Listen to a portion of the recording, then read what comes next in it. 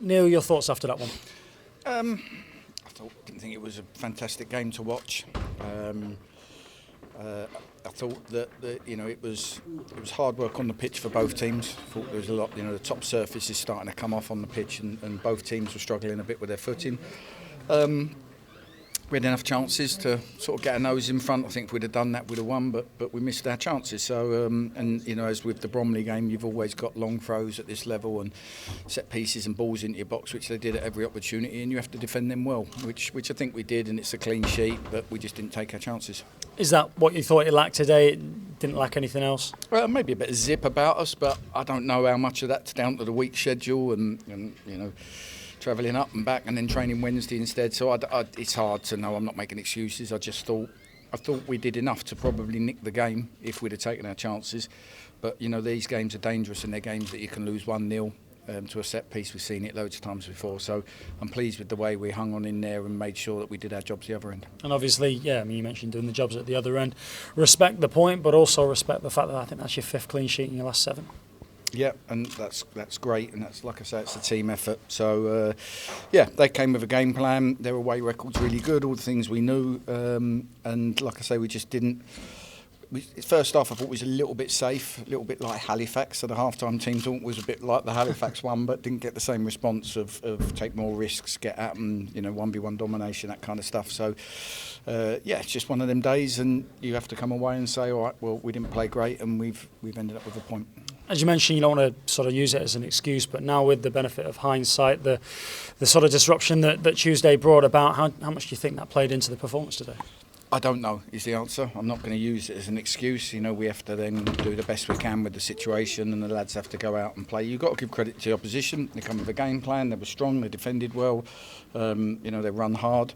And I just, hopefully the rain eases and we can get that pitch back a little bit, because we like to pass it and move it quick on a zippy pitch, and that wasn't it today. Your opposite number seemed pretty happy with the point. It's good, isn't it, when they come? He's a character, Hess. I think he half does it to wind people up. So his team have done great. They've worked incredibly hard, and like I say, I think if it was one of them days where Wes takes his chance, or the one in the first half, or Kyle's header, if we just them moments that you need, that we perhaps, if you look at the Solihull performance, we probably created a lot more today than we did at Solihull, and then we get that one moment, good ball, good goal, and we win the game 1-0 today. It wasn't there. Crikey, you hit the post with the very last kick of the match. It was almost scenes 2 weeks in a row. Yeah, it would have been great, wouldn't it? I wasn't sure who was going to take it, but I was thinking, come on, a little bit of magic, and it's really unlucky. You're talking about an inch one way, and it creeps in off the post. But it wasn't to be, and can't fault the effort, the tempo, the energy that they tried to play at. And like you say, we just couldn't break them down. No weird trips midweek to any footballing outposts this week. So how do you take the next 7 days before you go to Dagenham and Redbridge? We just try and recover Sunday, Monday, and we'll be in Monday doing all the recovery strategies with one group, working the other, and then we'll have a good blast on Tuesday and try and keep the fitness levels up and keep pushing them towards where we want them to be. And then Thursday, Friday, we'll really focus on our match prep. You're 6th in the table now, 5th at the start of the day, so not a huge move. But are you keeping an ever closer eye on the league table now as April and May approach? I think, like I said, it's that. You look at the points per game, you look at gaining points, and that's the crucial thing. At the moment, we're on target to finish in the playoffs with the points per games we've got. That's why we're in the top 7. But really, we don't want to finish 6th or 7th. We want to aim to try and finish top. I know that's unrealistic with the distance we've got to catch up. But to do that, we need to be trying to hit 2 points a game. To give us any chance of doing that, and that means winning a lot of games and stop drawing games. But I don't think we're brilliant when we start launching it. At the end there, we started playing forward a bit earlier, trying to just play 3 forwards on the pitch up and 2 midfielders committing and stuff like that. But I think we become a little bit disjointed when we try and chase games like that because of the way we try and play. Appreciate your time, Will. Thank you. Yeah, were you frustrated by the referee's reluctance to punish Dover for any time wasting today? No, I think it's hard. We made him aware that he added 6 minutes on. I think that's fair, given what was going on. And I think it ended up 8 minutes on because they were still wasting time during the 6 minutes. But yeah, I don't think the ref can do much more. I mean, maybe book somebody, but I'd rather see the minutes added on and them get punished with Enzo's last minute goal, which nearly happened. What pleased you most about the performance today? It wasn't bundles that really pleased me. I thought we kept a clean sheet in a game where we had to defend our box several times. That was great, and we kept going and we kept trying, which is part. We didn't get too frustrated with the fact that we couldn't win. We're expected to win at home, and that burden comes, and sometimes you can get frustrated and lose 1-0, and we didn't. So, we weren't at our best today, and we still created probably 4 really good chances to win the game. We just didn't take them today. Conor Rawlinson and Alex Lacey have been absolutely fantastic at the heart of that defence. Just how good is that partnership, and is that something that you've been working on? No, not really. I mean, it's everyone's part of it. Like I said before, from your forwards to your midfield. I mean, Michael Doyle made a couple of great blocks today and got himself in there. There are times when goals go in and then you look and go, well, Conor and Alex aren't so good. And, it's a team effort to keep a clean sheet. They're obviously the last line, and I think with them too, with Ben, with Sam Slocum, we've got, real good people that know how to defend. And I thought the fullbacks did their bits today as well. So, yeah, they're doing great. And like I say, if we keep clean sheets or we keep the goals down that we can see, we're always going to have a chance of winning games. In terms of players coming in, has there been any movement on that score? Have you made a decision yet, or are you still looking? Well, there is 1 or 2 options out there. There's 1 or 2 that we're interested in, but we'll only do it if it's right for the club. If it's something going forward for the future of the club that might be worth doing, and the boys, the chairman and the guys are looking at that. We've inquired about a couple of people to see whether it's within our remit or our financial ability, and if it's not, we won't sign anyone. If it is, then something might happen. Are they players from higher up or same level, or? Well, it could be players from there's some from lower, so some gems from lower, whatever. There could be anything, but at the moment, it's one of them. Watch this space. I can't say to you, no, we're not, because we are, but it'll only be if it fits. If there was a position you'd like to strengthen, where would you like to bring in?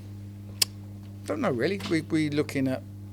It's got to be somebody that's going to add value. So, we've looked at centre midfielders, we've looked at wide men, we've looked at centre forwards, we've looked at all sorts of positions. They've got to be able to add value and be something that maybe we haven't got, or adds a little dimension to the team. So, there's no real set position. It's just somebody that's better than or can improve us. No Regan Booty today. Just get updates, bit of housekeeping. How is he and how's his back? Is he any closer to a return? Yeah, he's going to be starting out on the grass soon, but Regan's one of these. He's going to need a bit of work to get himself up to speed. Ben Turner, we're just, he's just not quite there yet. There's still a little feeling in there, although we know it's healing. Might be a bit of scar tissue, so we'll try and get him through that. Dion Kelly-Evans just felt his thigh in training yesterday, had a shot at goal, which...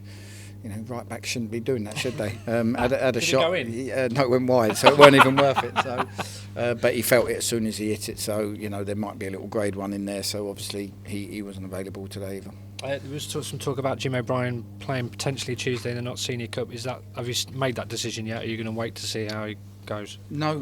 There's a chance he may. Yeah.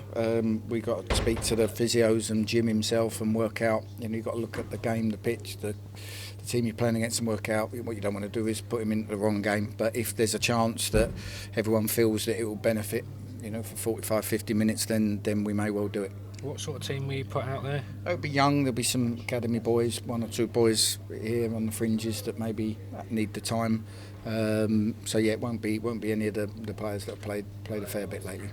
Moving on to Dagenham next Saturday, what are you expecting there? Probably similar to when we played them here. It'll be a tough game. It'll be hard to beat.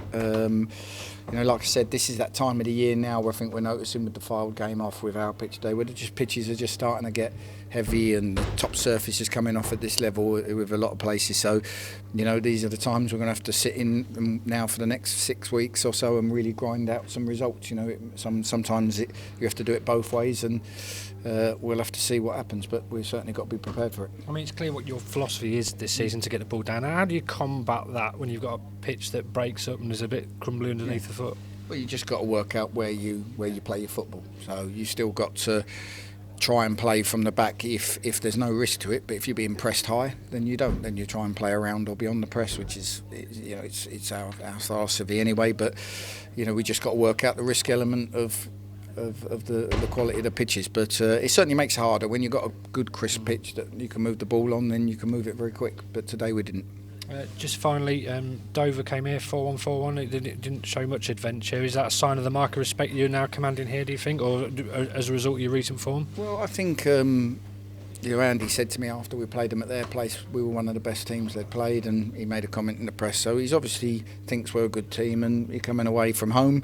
He probably wanted, you know, we looked at their lineup and thought it was 4-4-2 because they had Rigg and Effion up top, so we thought that. But they showed some respect, but they did it well. They did it. Bromley were very similar with 4-5-1, but put a lot more balls in behind us. And there's always a threat, long throws, set pieces, you know, turn one in behind you. There's always a threat, which is why I'm really pleased with the clean sheet.